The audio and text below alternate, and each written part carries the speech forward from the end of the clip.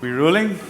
Hi guys. All right, so today we're making roast chicken. Very, very simple, but not just any roast chicken. We're making peri-peri roast chicken.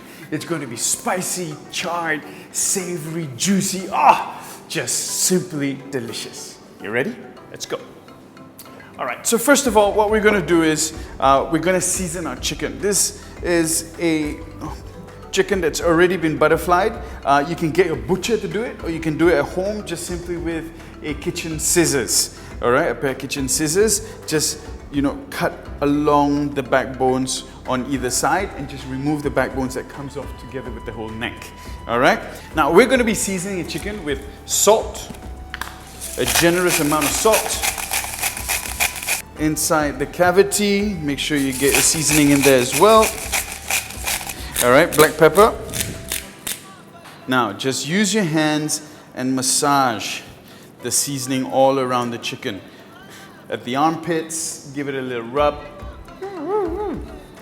All right, in between the thighs, make sure it's everywhere. And this will let sit while we start the marinade. So for the marinade, we're starting off with about more or less a half cup of neutral vegetable oil. We're going to hit it with some barbecue sauce. This is about a third cup. 2 teaspoons of mustard. Some lemon pepper seasoning. Get that in, give you that nice sort of aroma of lemon. About 3 cloves of garlic. Got some leftover lemon. I'm going to squeeze about a tablespoon of lemon juice in here. Salt. More black pepper. Now we're going to give everything a good whisk. There we go. Using a whisk sort of emulsifies the oil together with the barbecue sauce and everything else. And for the heat, we'll be adding in some Sriracha. I love it spicy, so I'm going to go big with Sriracha. But this now really depends on you how spicy you'd like it. If you like it less spicy, put less. Or if you like the mild version of a peri-peri, then just do without.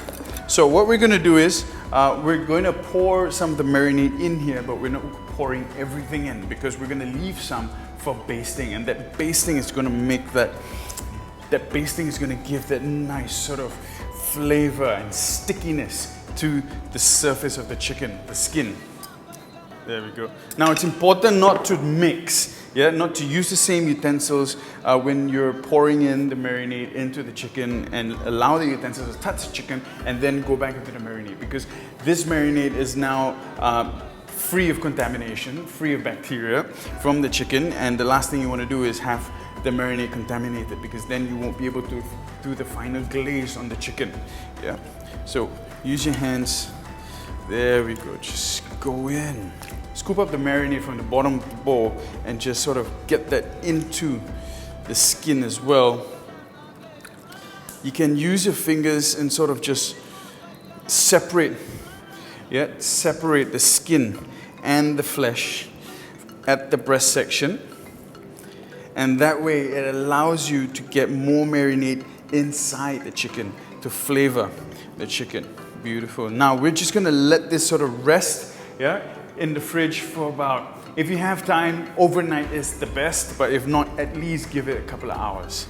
This is about 2 hours later. I've removed it, put it aside for about 20 minutes so that it gets up to room temperature. The last thing you want to do is get meat, especially a thick piece of meat like this, out of the fridge, chuck it into the oven. You're not going to get it cooked evenly. You're going to get sort of overcooked meat on the surface, on the outside, moving in, that it's still a little bit raw. So room temperature, always make sure it cuts short your cooking time, and you can worry less about it not being cooked on the inside. Okay, now I've got here an oven rack, and there we go. This is going right on, just like so. Now the reason I've done this is because I sort of want the bottom to get a little bit of charring as well, and I do not want it to be directly on a flat surface where it's just going to steam away. Get the rest of that marinade on, don't waste any of this goodness.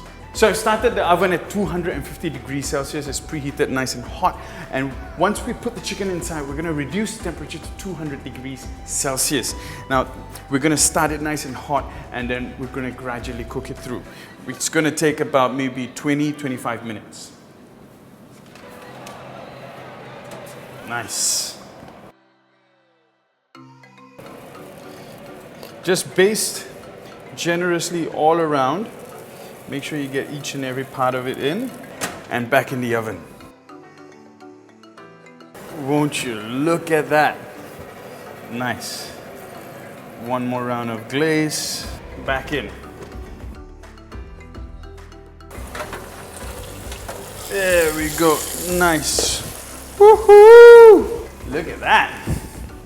Nice. Now, one last glaze on this bird.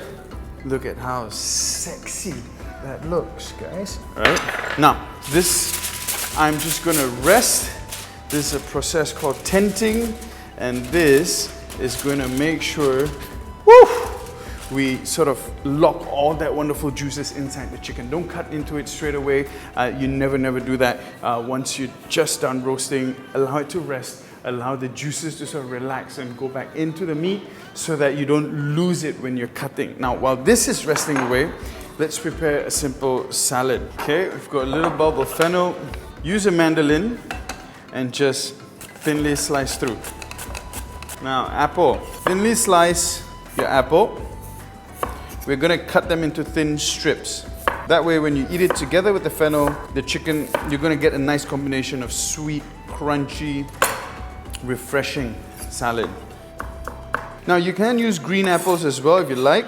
I just thought, you know, red apples gives a sweeter texture instead of something sour, because the peri-peri chicken, you know, it has lemon juice, it has sriracha, stuff that has acid inside. So a nice contrast would be something sweet. Now I have just a little bit of Swiss chard salad, put everything together, give it a good toss around.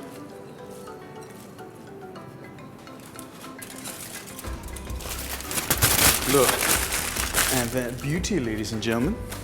So this has been in the oven for a total time of 30 minutes. Look at that sheen, that nice sort of gloss, and that deep amberish color, nice char, anything you could ever want from a roasted chicken. Now I'm just gonna cut this chicken in half and serve it as it is. Pick it up, plonk it down, grab a little bit of the salad, place it right on the side here. Beautiful. Now just a little bit of lemon, squeeze, just for a kick of acidity, some salt, and a nice drizzle of extra virgin olive oil. It's a really simple salad to make. Goes with almost anything, really.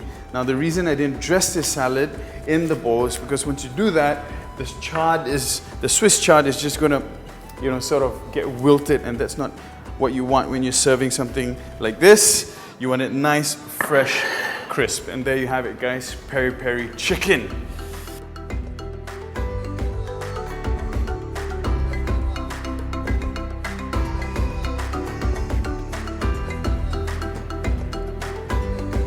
All right, so now we're going in for the test. All right, there we go. Look at that nice, moist breast.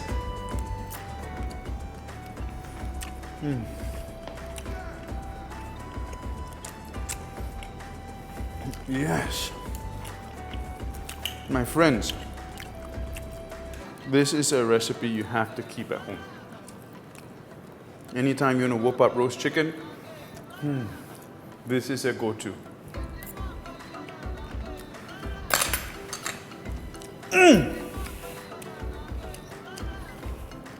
Sweet, smoky, a hint of acidity at the end, spicy.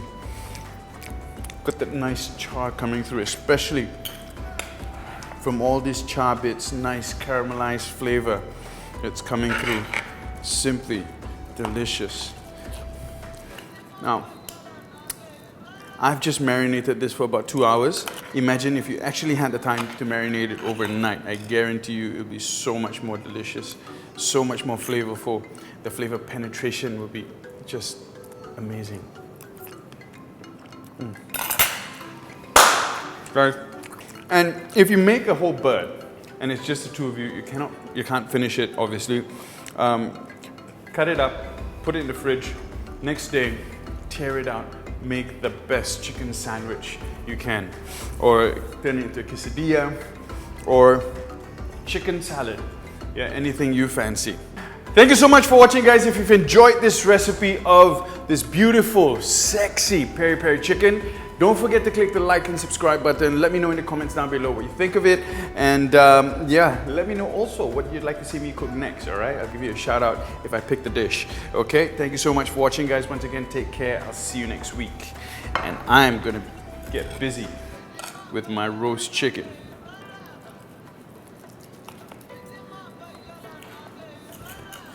Look at that. All right, I've got to cut this up so that the crew can have a try. Bye, guys. I'll see ya. We're done.